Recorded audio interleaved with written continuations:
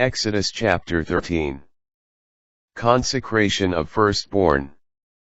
The Lord spoke to Moses and said, Consecrate to me every firstborn, whatever opens the womb among the Israelites, whether of human being or beast, belongs to me.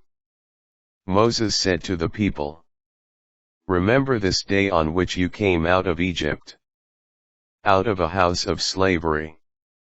For it was with a strong hand that the Lord brought you out from there. Nothing made with leaven may be eaten. This day on which you are going out is in the month of Aviv.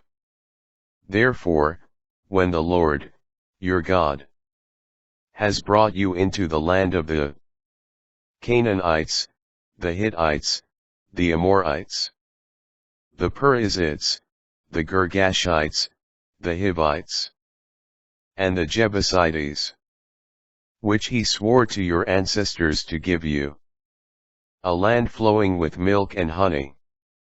You will perform the following service in this month. For 7 days you will eat unleavened bread, and the seventh day will also be a festival to the Lord.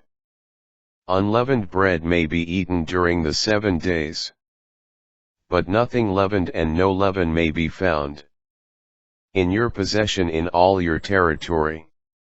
And on that day you will explain to your son, This is because of what the Lord did for me when I came out of Egypt.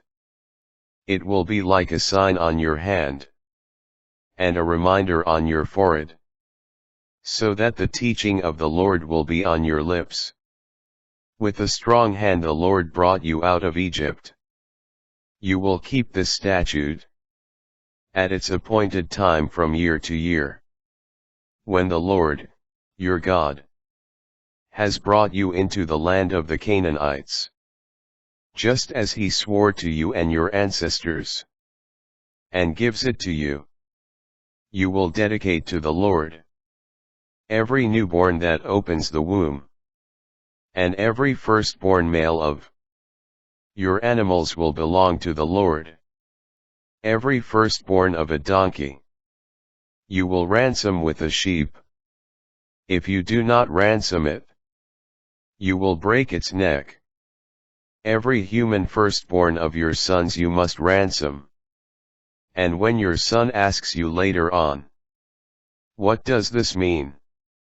You will tell him, With a strong hand the Lord brought us out of Egypt, out of a house of slavery, when Pharaoh stubbornly refused to let us go.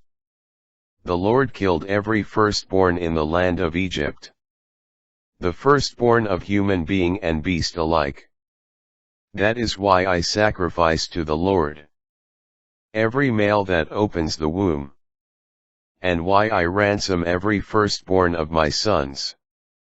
It will be like a sign on your hand, and a band on your forehead, that with a strong hand the Lord brought us out of Egypt. The deliverance of the Israelites from Pharaoh, and victory at the sea, toward the Red Sea. Now, when Pharaoh let the people go, God did not lead them by way of the Philistines' land, though this was the nearest, for God said, If the people see that they have to fight, they might change their minds and return to Egypt.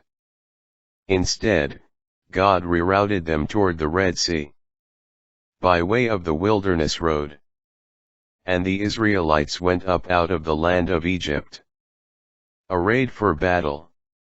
Moses also took Joseph's bones with him, for Joseph had made the Israelites take a solemn oath, saying, God will surely take care of you, and you must bring my bones up with you from here.